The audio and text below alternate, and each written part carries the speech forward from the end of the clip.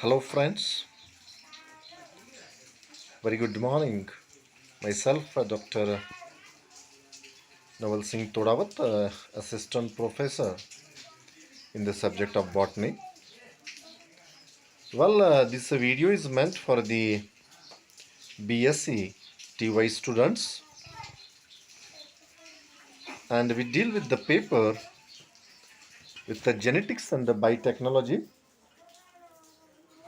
Friends, in this subject or topic, we have completed the genetics and all the aspects of the genetics according to the Gregor George Mendel laws, inheritance, then the genes determinations. So, friends, today we are going to have a talk on the concepts of a genetic engineering. What do you think, or what thoughts comes in our mind when we see that the genes are manipulated according to the characters and the character which we decide to introduce in the next organisms? For example, the characters which are beneficiary for us with the view of a productions, with the view of a disease resistance, with the view of a productions of insulin, with the view of a productions of a medicines and so on. Well, Paul Burke is a father of a genetic engineering, and he postulated or stated that adding, deleting, or replacing of the genes, a genetic unit instead of a whole organism, to obtain the permanent and inheritable desired result. Collectively, all this process Collectively, all this process is the manipulations of a genes instead of a whole chromosomes in a desired organisms. Well, there are the different types of techniques and tools to be used in the that is recombinant. Recombinant, the name itself suggests it combines with the pieces of a uh, what we can say genes such as the plasmids or the segments of the chromosomes or genes which are again mixed in it, and such a recombinant technique is being used. Well, restriction endonuclease, DNA ligase, DNA polymerase, reverse transcriptase, lysosome, target gene, and vectors are used in the recombinant DNA technology. There are different types of steps. In this experiment, so we focus on these six types. That is isolation of a target genes. What we need, which characters of a particular genes we want to introduce in our desirable organism. As I spoke, if we need that it should be disease resistance, a particular and a specific genes which is responsible, which functions for the resistance of a disease is isolated from a individual. While selection of a vector, which vector we are going to use to introduce these genes in a new cell. Formation of a recombinant and transfer of a recombinant DNA into a new host isolation, and gene cloning. It also observed insertion of a target gene in recipient organisms. So very first steps, that is the selection and isolation of a target genes. What we do here, we use the segments, useful segments of DNA, and these segments are transferred into the organisms, and that process or that segment is called as a target genes. Well, such gene is isolated with the help of the restriction endonuclease, and these endonuclease enzymes cuts the DNA in a specific point of a nitrogen basis where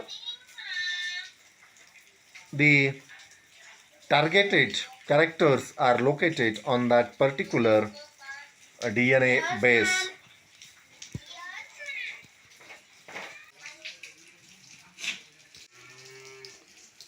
This vector, which is present in the bacterial cell, that is the plasmid.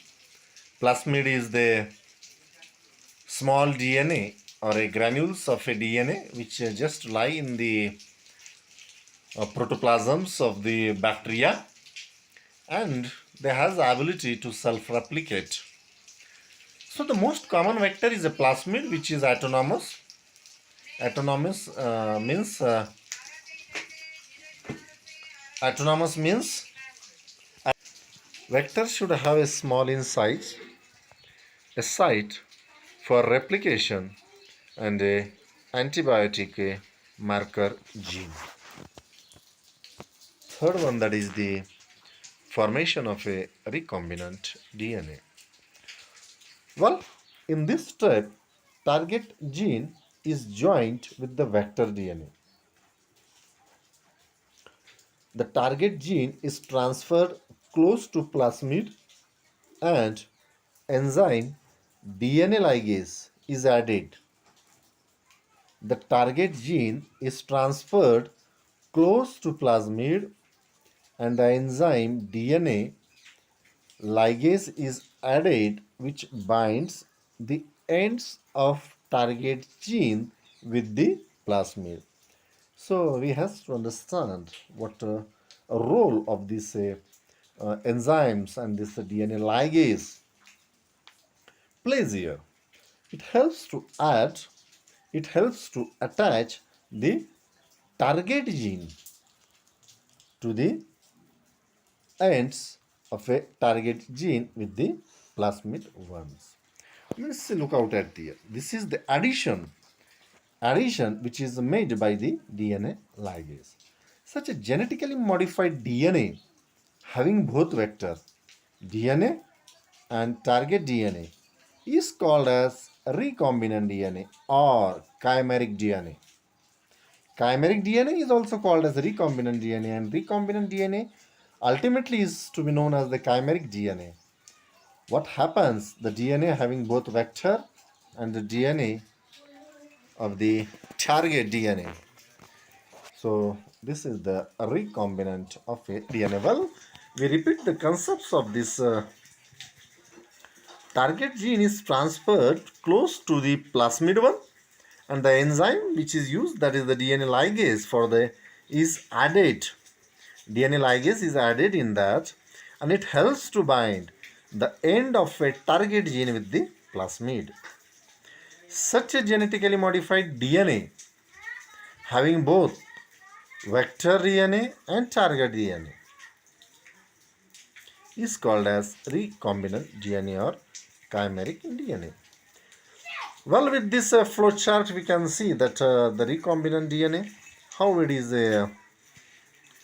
you can look out at the plasmid of the cell of the Escherichia coli, that is the bacterium, and plasmid is isolated from this bacterial cell. Well, friends, in the first circle of the green, which is shown by the arrow downwards, what we see that the plasmid is isolated from the bacterium cell in the first step. Followed by that, this plasmid is cut with an enzyme. The plasmid is cut with a enzyme, that is the enzymes which helps to cut the plasmids. Now look out, and on the right hand side we see the cell with the DNA, cell with the DNA containing gene of interest. What type of interest of gene is contained? Gene of interest. Then what happens actually? The DNA is isolated from the cell, and from that DNA, the isolation of a interest gene is later on the cell DNA cut cells DNA with the same enzyme as like a plasmids. When we cut the plasmids with the enzyme, so we have to cut cells DNA with the same enzyme. So friends, look out the gene of interest. So here we find the gene of our interest is isolated from the DNA with the help of the enzymes. Now what happened? Combined targeted fragmented and plasmid DNA is observed. So later on, the addition of ligase which closes this circle with the covalent bonds.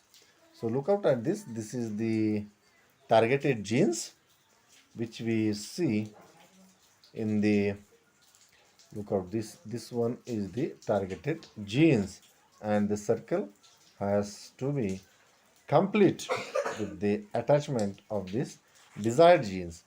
So recombinant DNA plasmids. In the last steps, what we see the DNA ligase which closes these circles with the covalent bond, and thus desired interested gene is covalent and became with the match with the plasmids. So friends, this is what about the formation of a recombinant DNA. How in this recombinant DNA technique, what we do, we isolated the plasmids from the bacteria, and the desired targeted genes is isolated from the DNA of a cell, and then it is cut off with the enzymes, and the selection of the genes or the selection of the marker lines of our desire of our beneficiary, and such genes from the DNA of these cells and plasmids are made attached or made added with the help of the DNA ligase to closes with the circle of the covalent bond. Transfer of a recombinant DNA into host. Look out now how the recombinant DNA is transferred into the host. Well, we saw about the recombinant DNA, how it is made recombinant by isolating the plasmids and the desired genes from the DNA of the animals or the plants. But now when we recombinant the DNA, means when we packed out or when we add the desired genes in that recombinant DNA, then what is the process to add, or what is the process of launching that recombinant DNA into the host?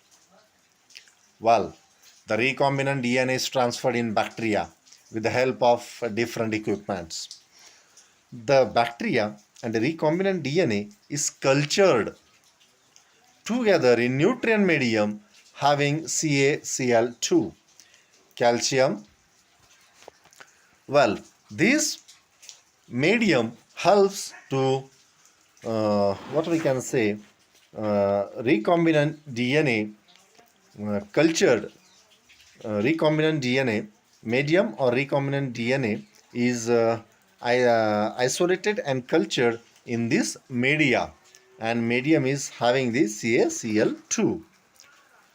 So friend, the recombinant DNA is transferred in bacteria with the help of different equipments. The bacteria and recombinant DNA is cultured.